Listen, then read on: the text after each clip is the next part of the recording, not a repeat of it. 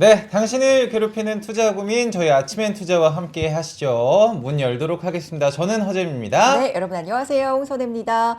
자, 오늘 지수 코스피는 오늘도 좀 달려갑니다. 네. 0.5% 상승 그래도 유지해주고 있고요. 4,126선입니다.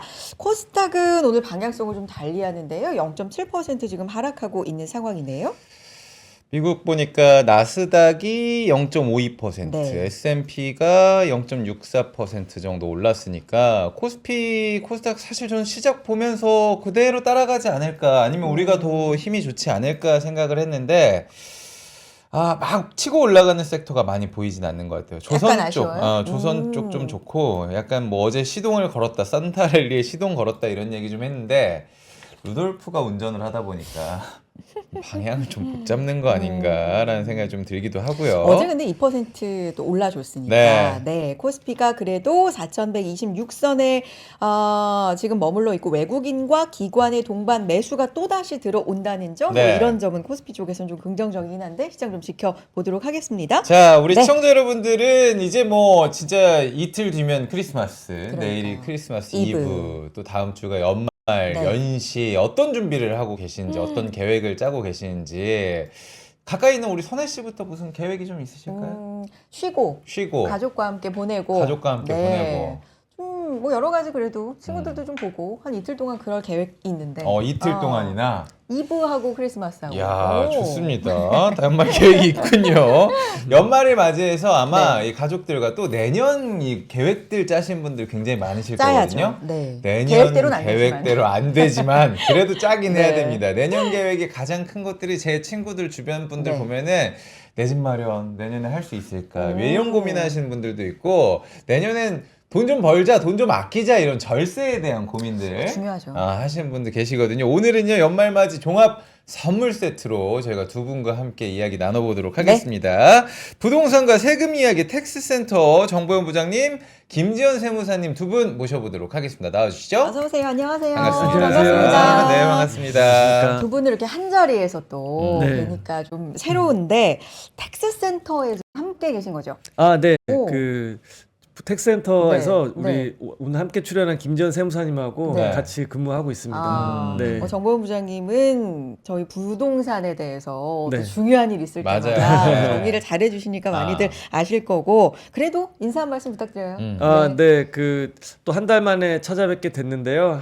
그 올 한 해 간단하게 좀 리뷰하면서 네. 내년에 이제 그 내 집 마련 관련된 주요 이슈와 또 이제 전략 어떻게 가져가야 되는지 오늘 좀 말씀드리도록 하겠습니다. 좋습니다. 알겠습니다. 우리 세무사님께서는 텍스센터에서 그냥 세무사니까 세무 관련 일을 좀 세금 관련 일을 좀 하시지 않을까 싶은데 너무 당연하죠. 본인의 뭐 롤 좀 얘기 좀 해주세요. 네, 저는 이제 고객분들 대상으로 세금 상담 주로 하고 있습니다. 네, 텍스센터. 고객분들도 상담해 주시고 우리 직원분들도 네, 따라와가지고 많이 또 이야기하실 것 같은데 2부에서 네. 여러분들 또 해외 주식 오래 많이 하셨잖아요. 세금 관련해 가지고 여러분들 고민도 함께 들어보는 시간 갖도록 하겠습니다. 근데 그 전에 네. 텍스센터 이제 저희가 소개를 해드리고 뭐 텍스센터에 두 분 계신다. 근데 정확하게 이제 텍스센터 딱 명확하게 네. 알 것 같긴 오긴 해, 한데 느낌이 오잖아요. 네, 네, 근데 네. 정확하게 어떤 일을 하고 계신 건지. 네, 그러니까 그 저희가 고객 관련 업무도 있고 네. 회사 내부 이제 세무 회계 관련 업무도 있는데 네. 그거를 이제 총괄하는 이제 부서로 이제 좀 이렇게 직관적으로 텍센터라고 좀 이름이 좀 지어졌고요. 네. 그래서 한 3년 전, 3, 4년 전부터 이런 이름 아래에 일을 하고 있고 그 안에는 이제 저희 같은 그 주거용 부동산 또 지금 나오진 않았지만 예전에 함께 출연했었던 이제 상업용 부동산 이제 투자자문팀도 맞아요. 있어서 부동산과 관련된 그 시장 전망 우리 NH투자증권의 공식적인 하우스 뷰도 제시를 하고 네. 개인과 법인 우리 고객님들 또 컨설팅하는 이제 그런 업무 하고 있고요. 이제 오늘 세무사님 이제 출연하신 것처럼 이제 세무도 총괄해서 이렇게 하고 있습니다. 예. 그렇군요. 네. 알겠습니다. 두 분과 함께 오늘 뭐 부동산, 세금 뭐 네. 이런 얘기들 전반적으로 좀 나눠 보도록 하겠습니다. 내년도 계획 세울 때 뭐 그렇죠. 집 얘기, 세금 네. 얘기 이제 많다고 했잖아요. 어떤 것부터 좀 봐야 될까요? 사실 1부에서는 저희가 부동산부터 좀 얘기를 해볼 건데 네. 내년에 내 집 마련이 문제가 아니고 전세도 들어가기가 힘들다 이런 얘기가 굉장히 많거든요. 연말이 되면 가장 궁금한 것이 지금이 가장 쌀까? 내년은 좀 괜찮아질까? 집에 대해서. 그렇죠. 네. 내 집에 대해서. 자, 부동산 먼저 좀 살펴보도록 하겠습니다. 사실 우리 작가님이 이 질문을 주시긴 했는데 굉장히 어려운 질문이긴 하거든요. 올해를 돌이켜 봤을 때 올해 부동산 10점 네. 만점에 몇 점으로 좀 시장 점수를 줄 수가 있을지. 네. 이거 정말 어렵네요. 정말 그러니까 어렵잖아요. 연초에 주택을 구매하신 분들한테는 더할 나위 없는 이제 2PM의 노래처럼 10점 만점에 10점이 될 수도 있겠지만 대부분 이제 그렇지 않은 분들 그리고 정책을 위반하시는 분들 뭐 종합적으로 보면 저는 어려웠던 시장 같아요. 그러니까 일단은 그 뭐 시장에 참여를 하든 안 하든 예측이 좀 가능해야 그 좀 괜찮은 시장으로 좀 보이는데 변동성이 굉장히 좀 컸다라는 점 그리고 정책 발표로 인해서 그 거래할 수 있는 그 구조나 환경이 굉장히 좀 많이 바뀌었다라는 점에서 저는 높은 점수는 글쎄 좀 참여자 입장에서 쉽진 않을 것 같습니다. 여러 5점? 가지. 예, 네. 여러 5점? 가지로. 네, 좀 어려웠다. 5점을 주셨습니다. 예. 텍스센터에서 이제 내년 부동산과 관련된 그래서 보고서도 이쯤이면 뭐 이제 나올 시점이니까 예, 예. 네. 발간을 해 주셨는데 네. 그래서 2026년은 네. 조심스럽게 좀 예측을 해보자면 어떻게 보셨어요? 예. 네.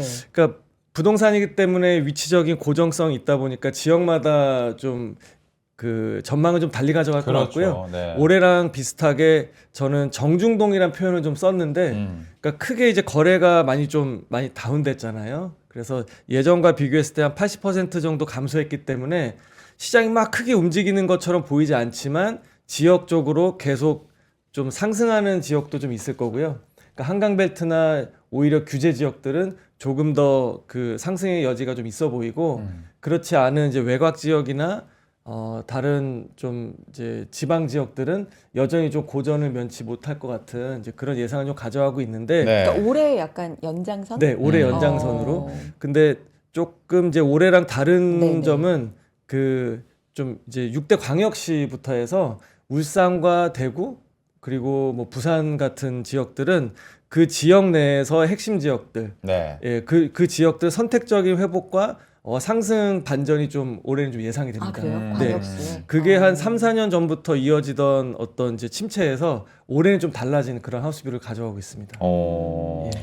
알겠습니다. 2026년 어떻게 될까 중심으로 이제 보고서도 이제 네. 중간중간에 좀 보여주시고요. 자료가 네. 너무 또 좋은 네. 게 있으니까 매매 시장부터 저희가 한번 네. 동향부터 한번 살펴보도록 하겠습니다. 예. 수도권 서울부터 한번 보도록 네. 하겠습니다. 일단 보고서를 준비했는데 네. 저희가 이게 60페이지예요. 너무 좀 정말 길다. 방대하다 보니까 네. 일단 제가 작가님께 부탁드려서 고정 댓글로 이걸 자료를 좀 원문을 좀 볼 수 있게끔 일단 정말로요? 예. 네네네네. 좀 요청을 드려놨고요.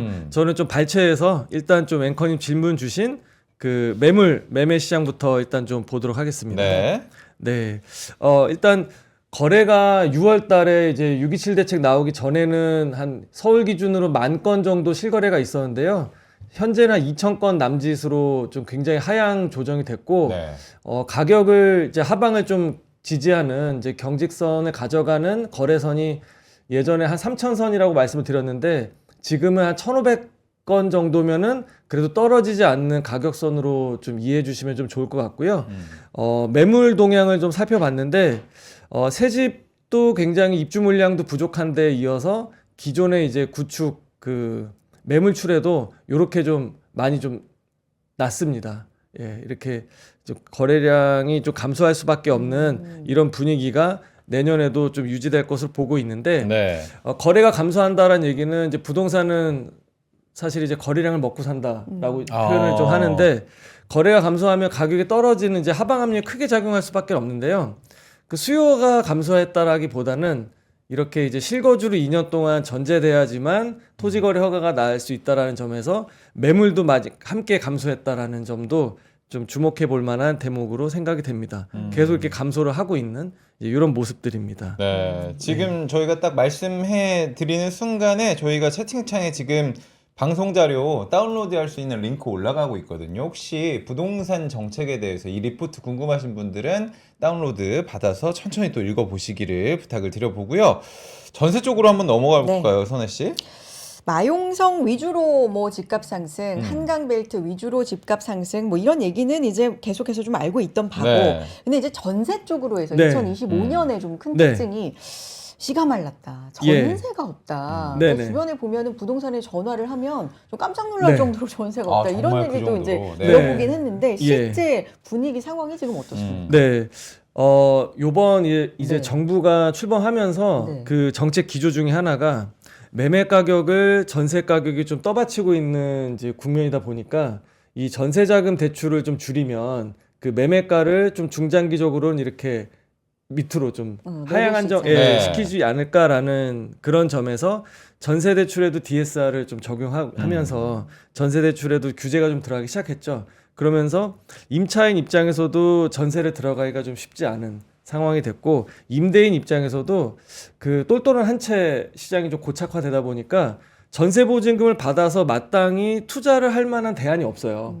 그러니까 이제 월세로 임대 수익을 오히려 도모하는 쪽으로 많이 가다 보니까 전세에서 좀 반전세, 좀 보증부 월세 이런 식으로 좀 변하는 이런 국면이 좀 올해 좀 많이 강해졌고요. 그런 면에서 제가 보고서 이제 올려드린 것처럼 네. 매물도 굉장히 감소했습니다. 그러니까 저는 아실이라는 데이터를 좀 참고를 좀 하고 있는데 수도권과 뭐 서울이 제가 한 달에 한 번씩 나올 때마다 체크를 좀 해보면 월간 3%씩 감소를 좀 하는 것 같더라고요. 그러면 1년이면은 이게 한 30-40% 정도 감소를 하는 네. 거잖아요. 그러네요. 네. 그냥 직관적으로 12만 곱해도 네, 그렇습니다. 그렇죠. 그래서 보면은 진짜로 여기 보시면은 그 36%가 그러네요. 올해 그러네요. 네. 올해 딱 감소를 했습니다. 그러니까 아마 그 내 집 마련에 대한 고민이 좀 깊어지는 부분이 이 대목일 것 같아요. 왜 전세도 그러냐면 못 구하고. 네. 왜냐면 집을 사더라도 이제 대출이 안 나오는데 그러면 임차 거주를 해야 되는데 전세 보증금도 굉장히 비싸졌고 네. 아니면은 월세 전환 속도가 너무 가속화가 빨라지다 보니까 높은 월세를 또 부담해야 된다는 의미에서 어쨌든 집을 살든 안 사든 주거 비용이 좀 이렇게 부담이 커졌다라는 게 좀 굉장히 특징적인 것이라고 좀 말씀드릴 수 있겠습니다. 진짜 이제 뭐 제 친동생 이야기들도 있고 이제 후배들도 보면은 전세 매물은 부족한데 지금 대출도 묻고 있고 그래서 월세가 가속화되다 보니까 월세 값도 네. 이게 우리가 생각했던 만큼보다 훨씬 더 오른다고 예. 하더라고요. 네네. 그러면 이제 서민들이 사실 너무 좀 네. 부담이 많이 될까 그런 걱정이 좀 있거든요. 맞습니다. 그래서 사실 전세를 이제 주거 사달이라는 이제 용어를 쓰면서 네. 그 높은 월세를 부담하기 좀 어려우니까 음. 전세자금 대출을 많이 서민주거 안정 목적에서 정부 차원에서 지원을 많이 해줬었는데 말씀드린 대로 이게 집값을 떠받치는 가장 큰 요인 중에 하나로 작용하다 보니까 당장에는 주거 비용이 좀 많이 들어가고 서민들의 좀 그런 살림살이가 좀 어려워지는 건 알지만 중장기적으로는 집값의 하향 안정을 위해서는 이 결정이 좀 필요했다라고 정부는 설명을 좀 하고 있고요. 그러니까 지금 이런 거는 뭐 그쪽 용어를 좀 빌리면은 성장통이라고 좀 봐야 되는 과정인 것 같아요. 좀 아프네요. 성장통이 네. 좀 아플 수가 있겠네. 그렇죠. 네. 지금 자세하게 네. 그 내용들은요 이제 60페이지에 달하기 때문에 다시 한번 말씀드리지만 저희가 자료 보실 수 있게 실시간 채팅 네. 링크 올려뒀습니다. 이 부분 좀 참고해 주시고 다음 얘기로 넘어가 볼까요? 다음 얘기 저희가 이제 분양 시장도 좋아요. 한번 살펴보도록 하겠습니다. 아파트 전체 청약 경쟁률이라든지 분양 시장의 동향은 어떤지 좀 여쭤보려고 하는데 이것도 사실 우리가 뭐 경제 얘기할 때 K자 어떤 양극화에 대한 양극화. 얘기를 네. 많이 하는데 청약도 몰리는 곳은 몰리고 그렇죠. 이제 미분양이라든지 청약이 인기가 없는 곳들은 굉장히 또 예. 한산하고 약간 이런 느낌이 있더라고요. 네, 맞아요. 그러니까 어디 가나 이 쏠림 현상이 계속 좀 보이는 것 같은데 부동산 시장에서도 이 쏠림 현상이 굉장히 크게 나타나고 있어요. 그 올해 뭐 서울과 한강 벨트 수도권 일부 지역에 그 조심스럽게 강보합과 상승을 예측하는 이제 가장 큰 근거 중에 하나가 네. 새롭게 공급되는 이 분양가에 있는데요. 여기 이제 자료 보시면은 좌측 하단에 2023년도만 하더라도 그 평균 아파트 뭐 분양가가 뭐 한 3천만 원 정도였어요. 지금 평당으로 3천만 원 네, 정도. 3천만 원 정도였는데 이게 올 초만 하더라도 네. 2년밖에 안 지났는데 4,500만 원 정도 수준이거든요. 음. 그러니까 무려 1,500만 원, 그러니까 50% 정도가 올라간 게 신규 주택 공급의 단가가 이렇게 올라가니까 기축의 가격이 올라갈 수밖에 없는 이런 분위기가 예, 좀 형성이 좀 되는 것 같고요. 뭐 아직도 이럼에도 불구하고 그 지방 지역들에는 그 미분양이 또 다시금 늘어나는 형국도 있습니다. 아, 네. 네. 그런데 이제 청약 경쟁률 이제 우측 하단 보시면은 서울 지역은 뭐 263대 1 정도로 굉장히 높고 전국도 보면은 한 7대 1 정도 그리고 한 10대 1 정도 되면 미분양은 거의 없는 수준이거든요. 그러니까 아직도 약간은 좀 있긴 하지만은 분양 시장도 뭐 2024년이나 예년보다는 좀 올라오고 있고 내년에 대한 전망도 새 집이 좀 많이 귀해질 것 같아요. 네. 그래서 미분양은 좀 감소하는 추세로 저희는 전망을 가져가고 있습니다. 경쟁률이 뭐 높다는 거는 다 알고 있었는데 네. 부쩍 늘었네요. 음. 2025년 상반기 69에서 하반기에는 263? 뭐 이렇게 예, 이게 깜짝 그 놀랐네요. 네. 이제 후분양을 좀 하면서 네. 그러니까 분양가 상한제를 피하기 위해서 시간을 좀 길게 가져가다 보면 좀 공사를 시작하고 나서 좀 짓게 되면은 그만큼 이제 시간 지연에 따른 좀 분양가 좀 높여서 할 수가 있다 보니까 그 좀 예고를 했던 인기 지역들의 그 분양 일정이 스케줄이 좀 몰렸죠. 그러니까 그때 이제 좀 순간적으로 이렇게 올라갔던 이런 게 있었습니다. 그런 현상도 있군요. 네. 그러면 2026년이 이제 중요한데 네. 그냥 예정 단지 어디 있는지 뭐 이런 부분 좀 소개해 주세요. 아, 네. 아마 가장 주목해서 보셔야 될 부분인 것 같은데요.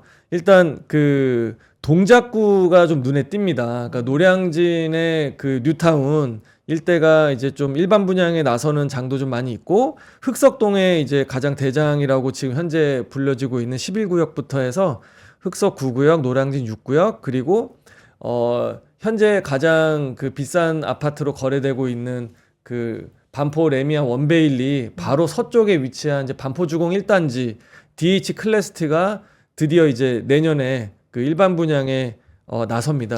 네. 예, 무려 이제 조합원 물량을 제외하더라도 한 1,800호 정도가 야. 다 중대형도 많아요. 네. 그래서 여기를 아마 좀 기다리시는 대기 수요도 꽤 되는 걸로 좀 알고 있고요. 그래서 아무래도 인기가 많은 지역들이 좀 있다 보니까 그 뭐 매매를 통해서 하시는 분들 외에 가점 관리를 뭐 많이 잘 하셨던 분들은 여기 나와 있는 이 리스트는 좀 잘 그 숙지해 놓으시면 도움이 많이 될 것으로 생각이 되고 있고요.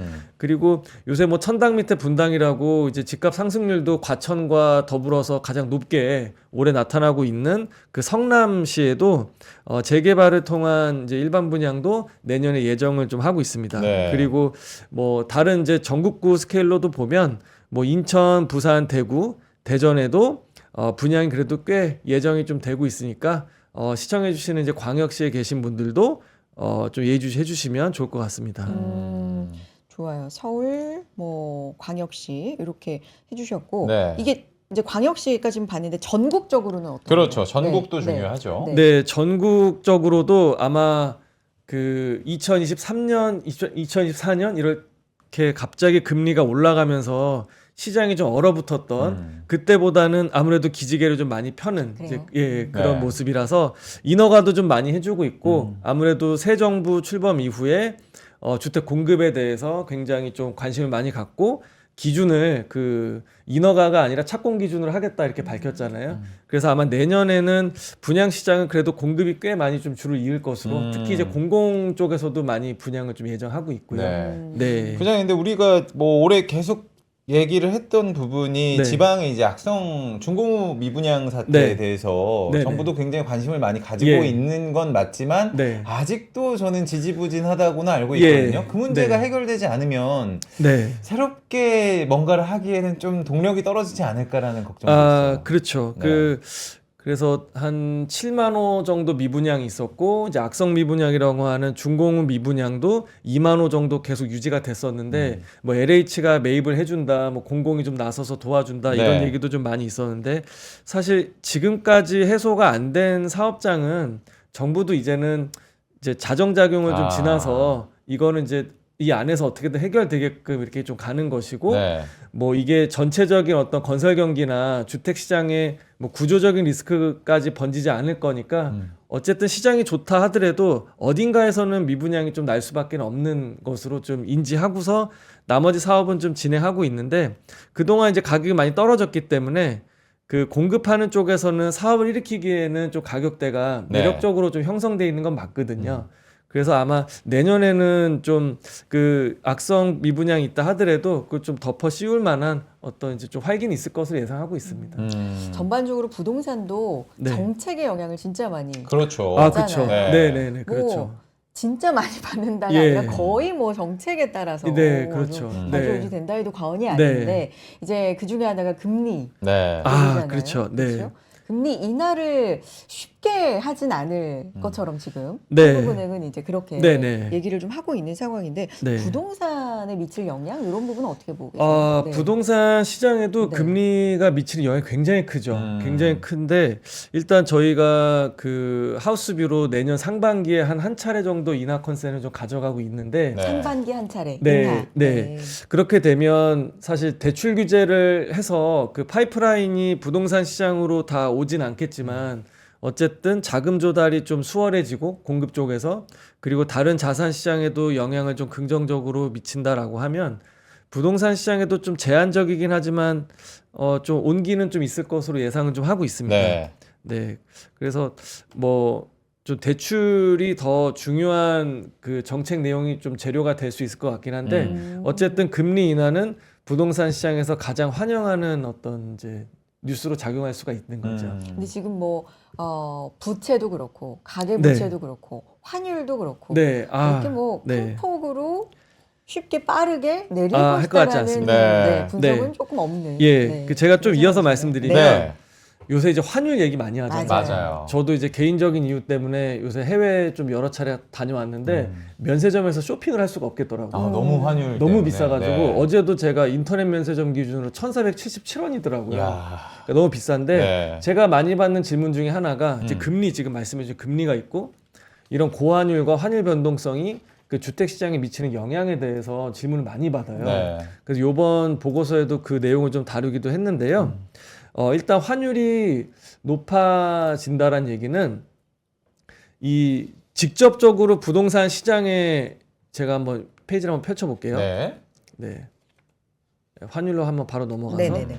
네. 네. 환율이 이게 이제 부동산이 수출품이라든지 이렇지가 않잖아요. 그렇죠. 위치적 고정성이 네. 있다 보니까 그러니까 외국인들이 들어와서 사지 않는 이상은 이게 직접적으로 환율이 부동산 가격에 특히 아파트 가격에 영향은 없어요. 그러니까 간접적으로 있는데 이게 어떤 경로를 통해서 오냐면 환율이 막 변한다란 얘기는 아파트 자산에 대한 그 요구 수익률이 높아질 수밖에 없는 거죠. 네. 그러니까 이자율이 높아질 거고요. 이자율은 또 다르게 표현하면은 자본 환원율이 될 수도 있고 이게 금리가 될 수도 있는 거거든요. 그러니까 금리를 굉장히 좀 높여야 되는 그 상승 요인으로 작용을 합니다. 그러니까 금리를 내리기가 생각보다 고환율이 유지가 되고 주택 시장이 굉장히 크게 우리나라 경제에 차지하는 비중이 큰데 금리 내리기가 상당히 쉽진 않을 겁니다. 네, 그래서 그런 식으로 좀 오고 있고 오래된 얘기긴 하지만 IMF 이전에는 환율이 올라가면 집값이 올라갔어요. 네. 그때 올라갔고 이제 2008년도 리먼 쇼크 이후에 글로벌 금융 이후에는 환율이 높아지면 집값은 좀 반대로 내려가는 이제 음의 작용을 하는 이제 그런 영향이 좀 커졌는데 각종 이제 연구 논문이나 이제 학계에 따르면 그 부동산 시장에서는 환율은 뭐 결국에는 간접적으로 작용을 좀 하고 있고 그리고 여러 투기 수요나 다른 정책적인 요인 그리고 지역적인 어떤 수급 여건에 더 중요하게 반응한다라고 해서 고환율이 직접적으로 미치진 않지만 투자자 입장에서는 이런 건 있겠죠. 어쨌든 원화잖아요. 네. 그러니까 제가 이 그래프를 보시면은 이게 이제 그 달러로 환산한 가격이 빨간색 그래프입니다. 그리고 원화 가격으로 실거래 계속 우상향을 했음에도 불구하고 달러로 바꾸니까 가격이 오히려 떨어진 거예요. 예. 그러니까 이제 투자자 입장에서는 굳이 원화로 사야 되는 국내 부동산보다는 미국 주식이나 뭐 해외 금융 자산의 투자 매력도가 더 커지니까 네. 그러니까 이제 투자 수요가 부동산 시장이 아니라 다른 자산 시장으로 좀 빠져나갈 수 있는 이런 작용도 좀 있다라고 생각이 되는. 그러니까 시장입니다. 오늘 같은 경우도 지금 뭐 네.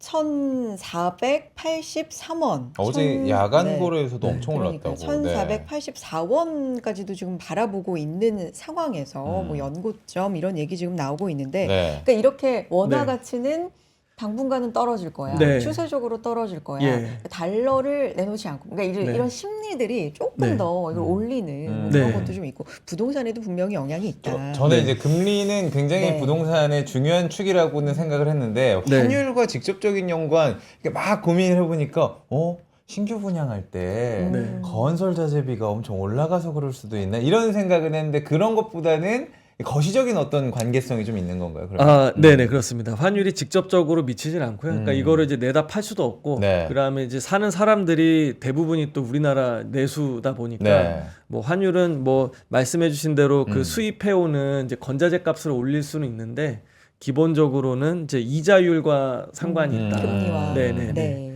그래서 금리를 올리는 압력으로 작용을 하니까, 네, 기준금리 하방이 좀 계속 이렇게 가면은 좀 어려울 수도 있겠다라는 생각은 좀 있습니다. 아마 저희가 이제 부동산 방송을 하면서 특히나 이재명 정부가 들어서면서 3번의 부동산 정책이 네. 있었습니다. 깜짝 놀랄 때도 네. 있었고 그거에 대해서 저희가 해석을 하는 시간도 오래 계속 가졌었는데 결국 기다리는 건 내년에 어떤 정책이 나올 것이고 예. 1월 중에 공급 대책이 굉장히 구체적으로 나올 수 있다 이런 기대감이 지금 있거든요. 네. 그 부분에 대해서 좀 여쭤볼게요. 네, 지금 이제 그 할 수 있는 규제는 거의 다 나온 것 같아요. 그러니까는 대출을 막는 거, 그리고 거래를 인위적으로 좀 어쨌든 제한하는 네. 거, 그게 있었고, 공급에 대한 로드맵 발표가 있었는데 크게 환영받지는 못했잖아요. 97 대책이 있었지만, 뭐 지금 3개월째 계속 상승을 하고 있는 거 보면은, 그게 왜 그런가 하면은 공급 대책인데 어디에가 좀 빠져 있었었거든요. 네. 그러니까 어떻게 하겠다라는 방식과 정부의 정책 의지만 나왔지 어디에가 빠졌었는데 이제 지자체 단체장들과 이제 국토부와 좀 협의를 하면서 이제는 좀 구체적인 지역이 좀 명시가 될 것 같아요. 네. 그리고 그게 꼭 해소가 돼야지만 어떤 이런 좀 그 집값에 대한 그 수요를 좀 이렇게 다운시킬 수가 있을 것으로 좀 생각이 되는데 좀 굉장히 어려운 부분 같습니다. 지금 서울 같은 경우도 그 용산 국제업무지구에 관해서 6,000호를 주택을 넣을 것이냐, 뭐 1만 호 넣을 것이냐 이런 식으로 좀 조율이 좀 되고 있는 네. 부분도 네. 있고요. 뭐 전국적으로도 마찬가지로 이렇게 공급은 그렇게 좀 진행이 되고 있고, 그럼 지금 대출을 묶었고 거래를 좀 잠궈놨고 그래서 나머지가 이제 얘기 나오는 게 보유세 정치권에서 세금 얘기가 좀 나오고 있잖아요. 아 맞아요. 그래서 예. 제가 오늘 세무사님 또 마침 나와서 그러니까요. 이제 출연해 주셔서 네. 세무사님께 좀 이 키를 좀 던져드리려고 했더니 그래요? 어려운 네. 길에. 아 이거는 좀 답변이 어렵다. 아, 그래요? 라고, 네, 예, 네, 직접 이제 하필 세무 어려운 길에. 업계에서 말씀하시긴 좀 어려운 것 오늘 같아서 그냥 양도세 준비하셔가지고 예, 네. 그냥 제가 그냥 쭉 얘기를 네, 그냥 좋습니다. 예, 네. 하면은 네. 일단 그 내년 이제 지방선거 전에 그 5월달에 한시적 유예가 종료로 예정이 되고 있는 다주택자 이제 규제 지역의 양도세 중과가 뭐 연장될 수 있다라는 얘기도 좀 많이 있는 것 같고요. 그리고 보유세는 좀 확실히 좀 부담이 좀 있을 수 있을 것 같아요. 네. 근데 시점이 언제가 될지 모르겠지만 아마 조심스럽게 카드를 만지작 좀 하고 있고 아마 하게 되면은 여론부터 좀 형성을 좀 할 가능성이 좀 있을 것 같고요. 궁극적으로는 그런 이제 세부담을 좀 가중시킴으로 인해서 다주택자의 매물 출회를 좀 유도하려고 해서 그럼 이제 주택 공급에는 한계가 있다 보니까 기존의 네. 매물 출회를 통해서 시장 안정을 도모하려는 이제 그런 목적으로 좀 생각이 되는데 보유세는 좀 강화될 수도 있겠다 내년에는 좀 이런 예상을 조심스럽게 좀 해봅니다. 조심스러울 수밖에 없는 게 이게 네. 이제 세금이라는 건 항상 좀 그렇죠. 네. 민감한 부분이기도 네. 하고 아직 불확실성이 좀 크기 때문에 예. 이런 부분 의견 수준으로 네. 차원에서 전해주셨고 다음 얘기 좀 뭐 해볼까요? 왜냐하면 우리 2부 이제 세금 얘기 네. 들어가야 넘어가야 때문에. 되는데 네. 그러면은 총 포인트. 정리하는 네. 시간으로 가지면서 네. 가장 중요한 이제 실수요자 같은 경우에 아까 저희가 시작부터 네. 얘기를 했지만 내년에 이제 전세라든지 월세 가속화가 더 심해질 것이다. 네. 그런 분들이 아유 그래 그러면은 확 연끌을 한번 해가지고 지금이라도 들어가야겠다. 네. 이렇게 생각하시는 분들이 계실 수도 있으니까 네. 그냥 친한 동생이 와서 부장님에게 나 지금 살까요? 내년을 좀 기다릴게요. 신규 분양 뭐 3기 신도시 좀 네. 기다려 볼까요? 어떻게 할까요? 저는 꼭 서울을 고집하지 않아도 되시는 분들 그리고 뭐 어쨌든 대출 규제가 있기 때문에 자금 조달에 좀 어느 정도 그 제한이 좀 있을 수밖에 없잖아요. 네.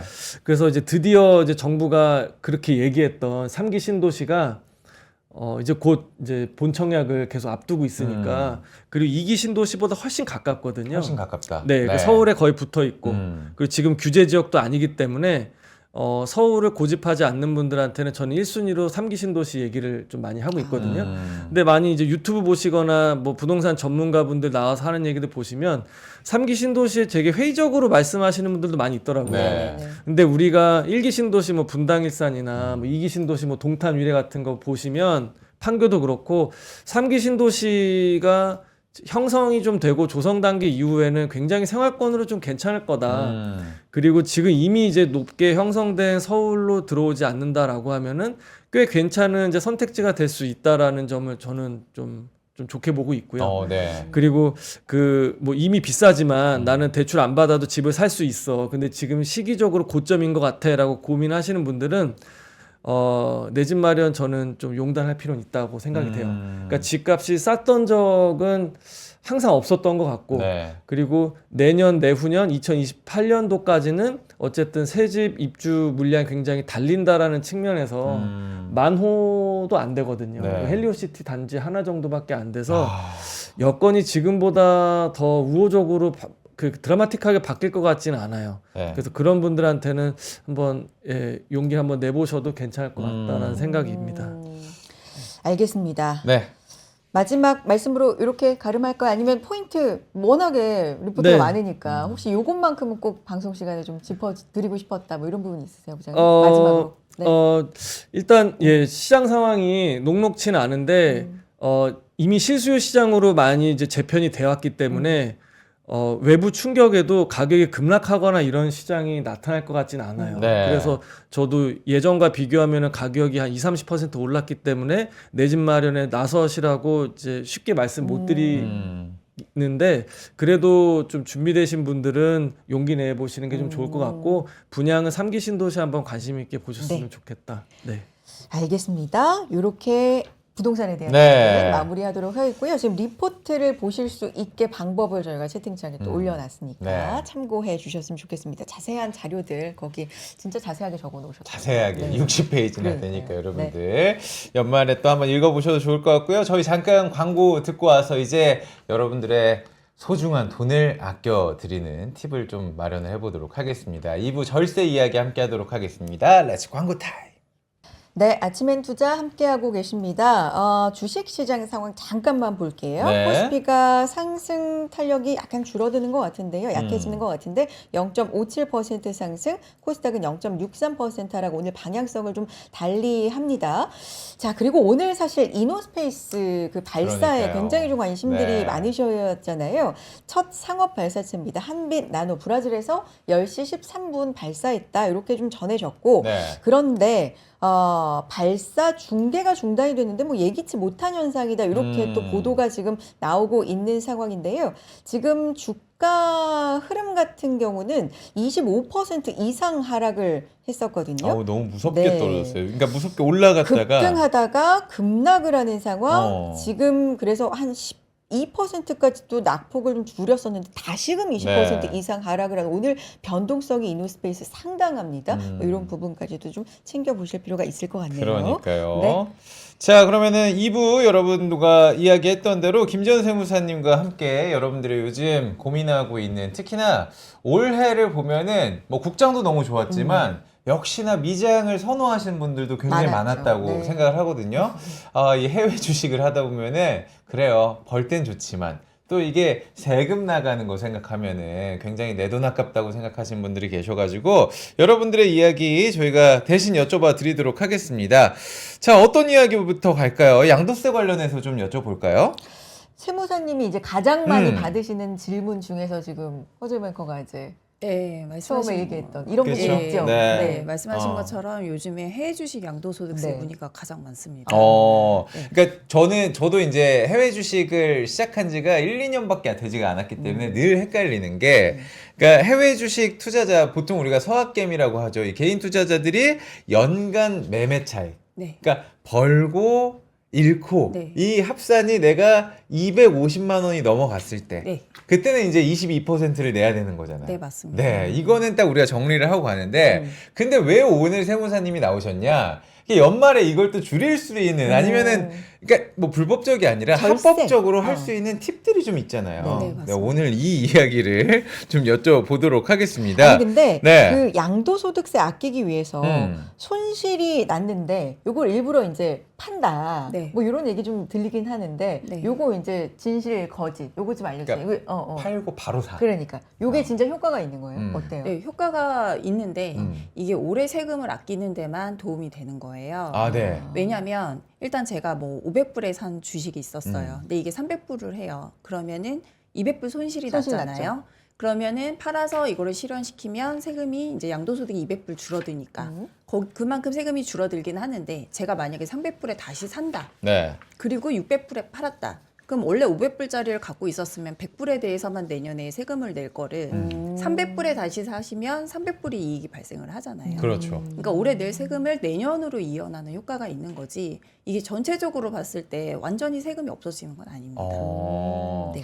그러니까 이렇게 경우의 수를 따져보면 네. 그게 그거고 네. 여기 돌을 요로 메꾸고 뭐 요런 네, 거기 맞습니다. 때문에 네. 전반적으로 그 기업에 대한 생각을 조금 더 하시는 게 좋을 것 같다라는 네. 네, 말씀이실까요? 저도 그렇게 생각을 하는데, 네. 이제 고객분들은 아무래도 당장 세금 내는 연도가 그렇죠. 아무래도 사실 올해 양도하신 거를 내년 5월 달에 내시다 보니까 네, 당장 낼 세금을 줄이는 거가 더 또 무시할 수 없는 일인 것 같습니다. 그래도 뭐 우리 김전 세무사님도 오늘의 지연보다는 내년의 지연이가 더 내주는 게 낫지 않을까라는 생각을 개인적으로 우리가 하는 거잖아요. 네. 그럼 혹시 다른 방법이 있을까요? 이제 왜냐하면 우리가 연말쯤에 팔아가지고 다시 산다, 이거는 워낙 많이 알려져 있는 그러니까. 것들인데 네. 다른 방법이 좀 있을까요? 네, 네. 그 가장 많이 놓치시는 게 음. 해외 상장된 ETF 있잖아요. 네. QQQ 뭐 이런 것들이요. 음. 그런 것들도 해외 주식 양도소득세가 과세되거든요. 이제 국내 상장된 ETF는 배당소득으로 과세가 되지만 네. 해외 시장에 상장되어 있는 ETF 같은 경우에는 매매 차익이 해외 주식 양도세로 과세가 돼요.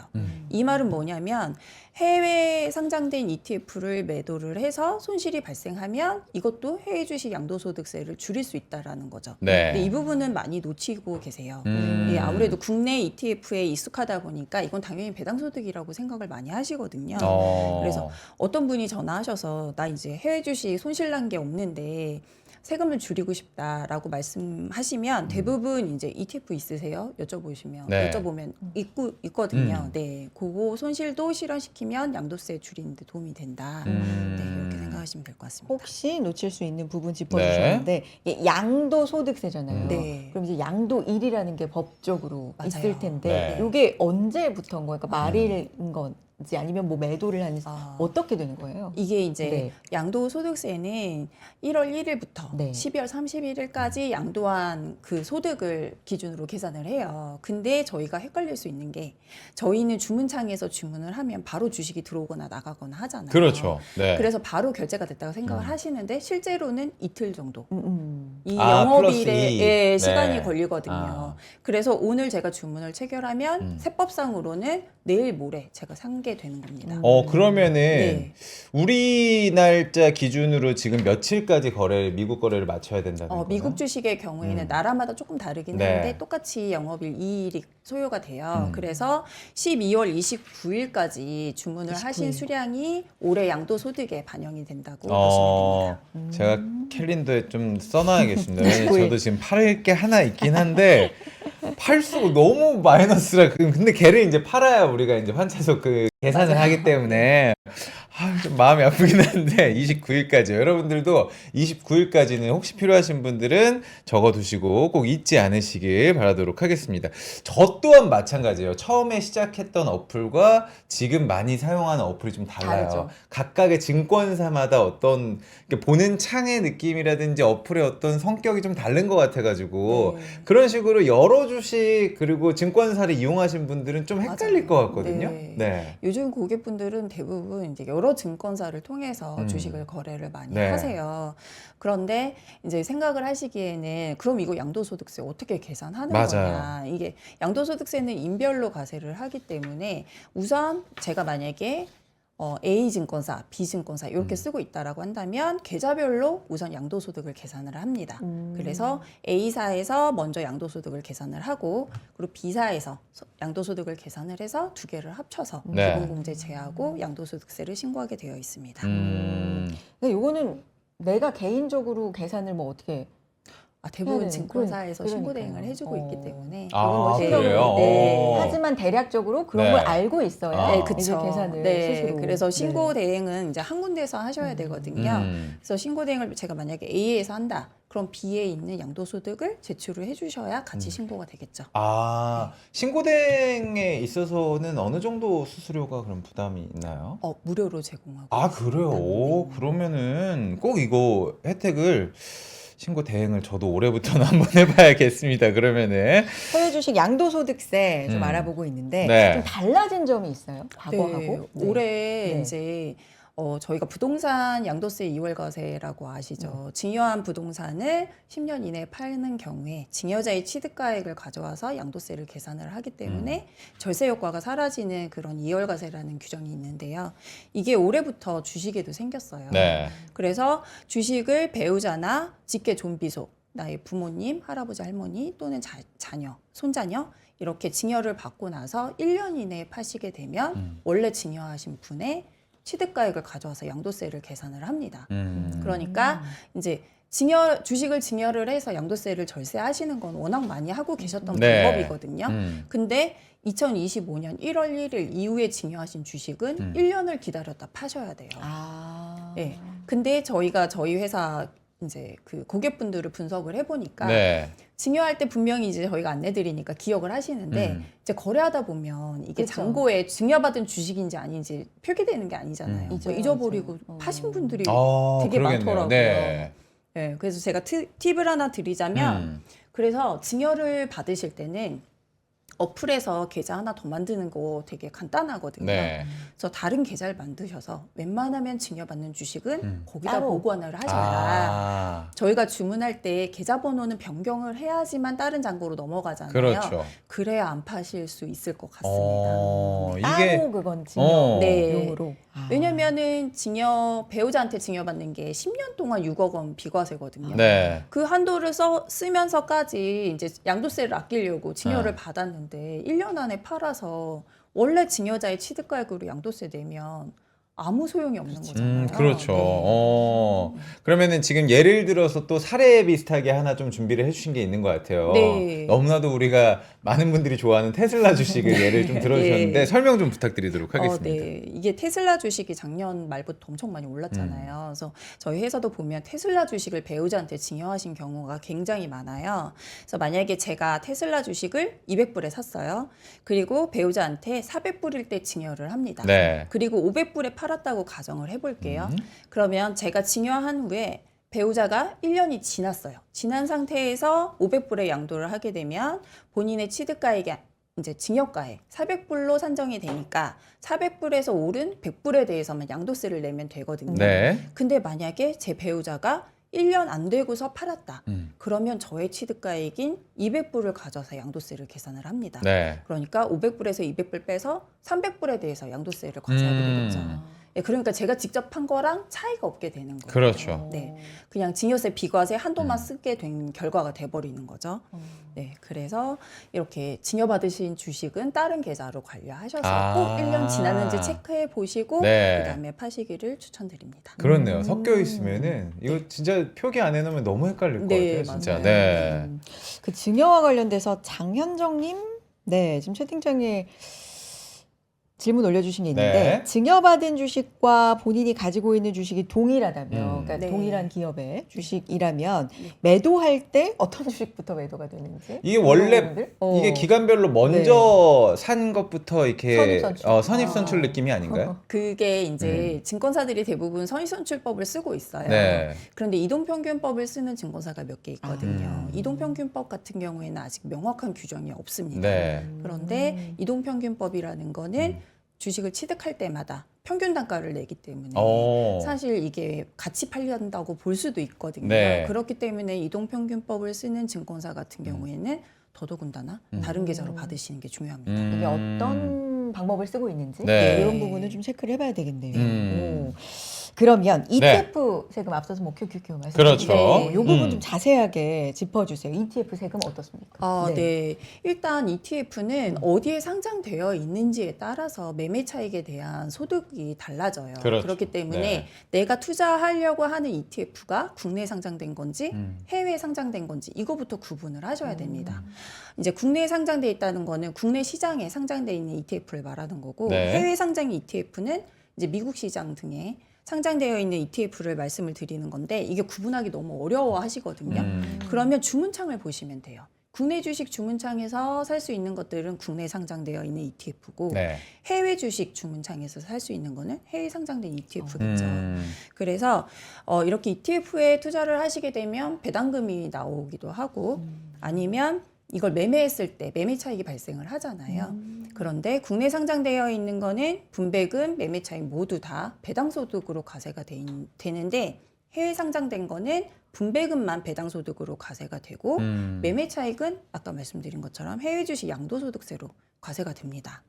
이게 그러니까 우리가 늘 생각을 해야 되는 게 국내에 상장돼 있지만 또 해외의 어떤 기업들을 또 추종을 하는 지수를 추종하거나 이런 것들이 있어가지고 간혹 헷갈리실 수도 있는데 세금이 아예 다른 거잖아요. 네, 세금이 다릅니다. 네, 그러니까 국내에서 투자할 수 있는 거, 해외에서 살 수 있는 거를 꼭 여러분들이 체크를 해주셔야 될 것 같고 여기에 이제 배당소득 관련해서도 우리가 뭐 상법 얘기도 굉장히 많이 나오고 있지만 배당소득과 해외 주식의 양도소득 이 차이점도 사실 뭐 주린이라고 하는 초보자 여러분들이 가장 궁금해하고 헷갈린 부분이에요. 저도 아직까지 늘 헷갈리거든요, 이 부분이. 네. 이게 헷갈릴 수 있는 게 이제 똑같이 투자를 하고 네. 나오는 소득인데 세금이 다른 거잖아요. 맞아요. 그래서 네. 충분히 헷갈리실 만한데 일단 배당소득은 금융소득이라고 해서 연간 소득이 2천만 원 넘어가게 되면 종합과세가 되죠. 네. 종합과세가 된다는 건 저희 근로소득 사업소득처럼 종합소득세율을 적용을 해서 세금을 계산하는 겁니다. 만약에 2천만 원이 안 된다면 저희가 지급받을 때 모든 금융소득은 소득세 14%에 지방소득세 포함해서 15.4%로 원천징수가 되거든요. 네. 근데 그걸로 과세가 종결이 되는데 2천만 원 넘으시게 되면 다른 소득이랑 합산을 해서 최고 45%까지 과세를 하고 있습니다. 그리고 해외 주식 양도소득세는 아무리 금액이 많아도 세율이 하나예요. 네. 지방소득세 포함해서 22%로 과세가 되거든요. 그러니까 똑같이 소득이 발생한다 하더라도 본인의 상황에 따라서 유불리가 달라지는 거죠. 만약에 제가 종합과세 대상자이고 제가 근로소득이나 사업소득이 있어서 세율이 한 40% 된다. 그러면은 배당소득으로 받는 것보다 당연히 22%가 적용되는 해외 주식 양도소득세가 더 유리할 거잖아요. 네. 그러니까 그런 경우에는 국내 상장 ETF보다는 해외 상장 ETF를 투자하시는 게 더 유리한 거죠. 네. 그리고 반대로 제가 연간 금융소득이 2천만 원이 안 돼요. 2천만 원이 안 되면 15.4%로 과세가 종결이 되니까 네. 그런 경우에는 해외 주식 양도소득세가 오히려 비싸죠. 네, 그런 경우에는 국내 상장 ETF를 투자하시는 게 차라리 유리할 수 있습니다. 금융소득 2천만 원. 네. 이 맞습니다. 기준으로. 네. 나의 상황을 따져봐야 되는데 요즘에 또 많이 질문하실 것 같은 네. 그런 부분 중에 하나가 자녀 계좌에서 해외 투자 네. 하시는. 그렇죠. 네. 이제 나는 용돈을 많이 주기보다는 이렇게 너의 미래를 재테크를 위해서 해주겠다. 네. 이게 차곡차곡 좀 쌓아주겠다. 네. 네. 저희 어머니 아버지는 안 그랬어요. 요즘에 이제 또 많이 있는 그 현상이기도 트렌드예요? 하고 네, 그러다 보니까 네. 자녀 계좌에서 이제 해외 주식 양도소득이 발생하면 연말정산 소득 공제가 이제 어떻게 되는 건가 네. 이런 네. 부분 더 볼 필요가 있어요. 저도 그 네. 부분 질문 되게 많이 네. 받았는데 특히 올해 초에 이제 연말정산 시즌이 2월이잖아요. 네. 그럼 이제 질문을 많이 주시는데 이제 미처 생각을 못 하신 게 이제 저희 기본공제 대상자가 나이랑 소득 요건이 있잖아요. 근데 그 소득 요건이 연간 소득 100만 원 이하여야 가능합니다. 근데 여기에 그 양도소득이 들어가요. 네. 예, 그래서 부동산을 양도하거나 주식을 양도해서 소득 금액이 100만 원이 넘게 되면 그 기본공제를 못 받습니다. 그러니까 자녀한테 해외 주식을 양도를 해서 100만 원 이상 이익이 발생하면 그 기본공제도 차감하기 전의 금액이거든요. 그 금액이 100만 원만 넘으면 기본공제를 못 받는 거예요. 그래서 이제 부랴부랴 전화를 많이 하시는데요. 그래서 자녀분들을 이제 해외 주식을 사주시는 것까지는 좋은데 자주 매매하시는 거는 그러니까 매년 이렇게 매도를 하시는 거는 저는 추천드리지 않고요. 네. 그런 경우에는 자녀 같은 경우에는 금융소득 2천만 원 넘기가 쉽지 않잖아요. 차라리 해외 주식에 투자하는 국내 ETF를 사시거나 아니면 배당금이 높은 거를 사시는 게 나은 게 금융소득은 2천만 원이 넘어야지 종합소득으로 바뀌거든요. 그러니까 2천만 원 이하까지는 그 소득 요건 100만 원에 들어가지 않습니다. 네. 네, 그러니까 훨씬 룸이 큰 거죠. 네, 그래서 배당 소득을 받을 수 있는 국내 ETF로 투자를 하거나 아니면 배당금을 많이 주는 ETF에 투자하시고 매매는 되도록 적게 하시는 게 네, 세금 측면에서는 유리할 수 있습니다.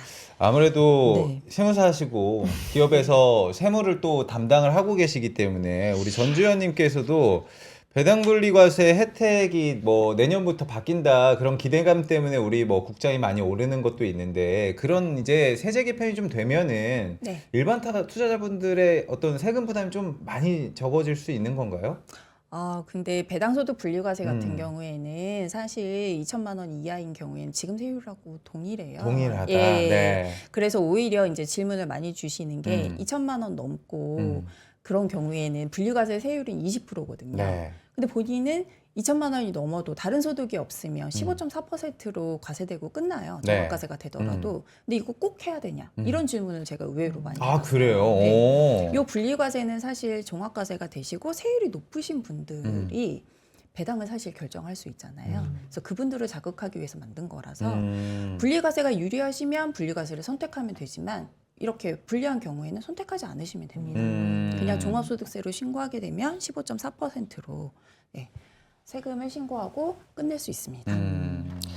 요 사실 해외 주식에 대해서는 뭐 이야기가 좀 많은 그렇죠. 상황이긴 네, 한데 지금 상황이 그렇죠. 네, 어쨌든 해외 주식 양도세, 음. 뭐 국내 주식도 마찬가지고 이 부분과 관련돼서는 혹시 새해에 또 바뀔 만한 뭐 얘기가 나오고 있는 부분이나 우리가 알아둬야 될, 체크해야 될 부분들이 혹시 있나요? 아니면 쭉 유지가 되나요, 지금과 같이? 네, 지금 새로 네. 생긴 제가 아까 말씀드렸던 2월 과세가 네. 아직까지 많이 생소해 하세요. 예.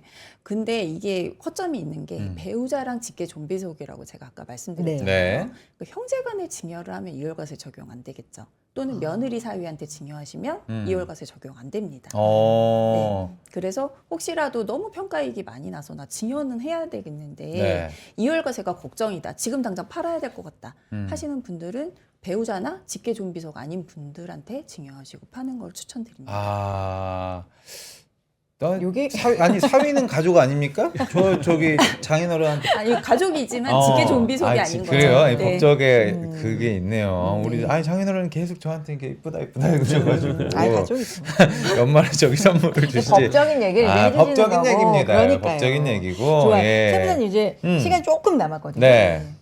또 질문 많이 받으시는 부분들이 있을 것 같아요. 워낙에 주식 투자 올 한 해 수익률도 사실 국내가 지금 코스피가 70% 오르고 그렇죠. 올해 뭐 S&P 어. 500 같은 경우도 뭐 20% 이상 오르고 이제 아까 그러다 보니까 해외 ETF 얘기하고 그러니까요. 있는데 미국 ETF에서 잃은 사람이 있어? 막 이런 질문들도 지금 나오더라고요. 그러니까요. 좀 마음이 아프긴 한데 또 저는. 체크해야 될 부분. 네.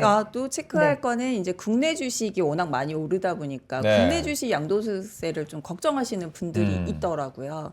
근데 국내 상장 주식의 경우에는 대주주만 과세가 돼요. 그래서 얼마 전에 대주주 기준을 저희가 지금 50억이거든요. 네. 1인당 보유 금액이 50억을 넘어야지만 대주주에 해당이 됩니다. 그런데 이거를 10억으로 낮추겠다고 했다가 얘기가 쏙 들어갔죠. 이제 언론이 안 좋아지면서. 네, 맞아요. 네, 그래서 아직까지는 50억 기준을 유지하고 있기 때문에 이제 한 주식을 종목당 합산해서 이제 본인이 50억 이상 갖고 있거나 코스피 기준으로는 지분율 1% 이상, 코스닥 기준으로는 지분율 2% 넘지 않으면 양도소득세는 양도소득이 아무리 많아도 비과세 되니까 네, 이런 부분은 좀 알고 계시면 좋을 것 같습니다. 좋습니다. 알겠습니다. 워낙에 네. 연말에 관심이 많으신 부분이기도 하고 두 분과 함께 부동산과 세금에 대해서 이야기를 나눠봤습니다. 네. 한 말씀씩 들어보고 끝내면 딱 오늘 시간 저희 연말 기가 인사 막히네. 느낌으로 네. 딱 한마디 해주시면은 왜냐면 우리 부장님도 내년에 또 나오실 거고 그렇죠? 네. 연말에 오늘 마지막이고 우리 세무사님도 아마 내년에 인사드릴 것 같은데 마지막 인사 한마디씩 좀 부탁드리도록 하겠습니다. 아, 인사요. 네. 올해 중요한 국면마다 진짜 부동산에 네. 대해서 거의 속보처럼 나와서 이제 네. 정리를 해주셔서 감사드렸고, 네. 그 아마 이제 그 올 한해 부동산 시장 때문에 그 많은 고민들이 있으셨을 것 네. 같은데 그 한 해 동안 이렇게 아침엔 투자 이렇게 인사드리면서 어느 정도 고민의 해결에 좀 도움이 되셨는지 잘 모르겠습니다. 그 올해 이제 시청해 주신 분들 마무리 잘 하시고 그 유종임이 잘 거두셨으면 좋겠고요. 내년에도 아마 이제 여러 정책 이슈나 시장에 이제 이슈들이 많이 있을 것 같은데 그때마다 그 여기 아침엔 투자 나와서 또 좋은 정보 드리고 갈 수 있도록 계속 준비 잘 하도록 하겠습니다. 내년에 뵙겠습니다. 부동산은 감사드리고, 네. 정보연만 믿도록 하겠습니다. 저희가. 정보연 네. 네, 부장님과 함께. 세무사님도 네. 네, 간단히 인사. 네. 올해 이제 세금을 마감해야 되는 네. 날짜가 맞아요. 다가오고 있습니다. 네. 아까 말씀드린 것처럼 양도소득세 절세하시려는 분들은 29일까지 양도하셔서 마무리 잘 하셨으면 좋겠고요. 내년에도 좋은 정보 많이 드리도록 노력하겠습니다. 네. 두 분 모두 감사합니다. 감사합니다. 여기서 인사 나누죠. 고맙습니다. 감사합니다. 감사합니다. 두 분 가장 또 바쁘실 와중인데 그러니까요. 연말이라 네, 나와주셨습니다. 두 분 너무나도 감사드리고요. 저희 시황 한 번만 보고 오늘 여러분과도 인사 나누도록 하겠습니다. 코스피가 0.5%대 상승, 코스닥이 똑같이 비슷하게 0.5% 하락 쪽으로 지금 가고 있고요. 사실 시총 상위 종목 가운데 삼성전자 하이닉스는 1%대 상승 유지해주고 있는 상황인데 오늘 조선도 괜찮고요. 네. 여러 가지 부분에서 약간 코스피 코스닥이 좀 갈리는 흐름이 있어서요. 에코프로 BM이 소폭이지만 좀 하락하고 있는 상황이고 네. 로봇 관련주가 오늘 괜찮은데 로봇 관련주는 올해 내내 좀 괜찮았던 것 같아요. 올해 내내 오늘은 로켓 쪽은 안 좋고 로봇 우주 관련된 건좀 쪽은 부침이 있습니다. 좋을 것 같습니다. 네. 자, 내일 또 인사를 드려야 되는데 내일은 크리스마스 이브니까. 이브니까. 네, 조금 더 상큼한 분위기로 오려면 시장도 괜찮아야 될 텐데 그렇게 바라면서 내일 또 인사드리도록 일단 저희 하죠. 둘은 상큼하게 좀 준비를 해보자고요. 네, 여러분 고맙습니다. 고맙습니다.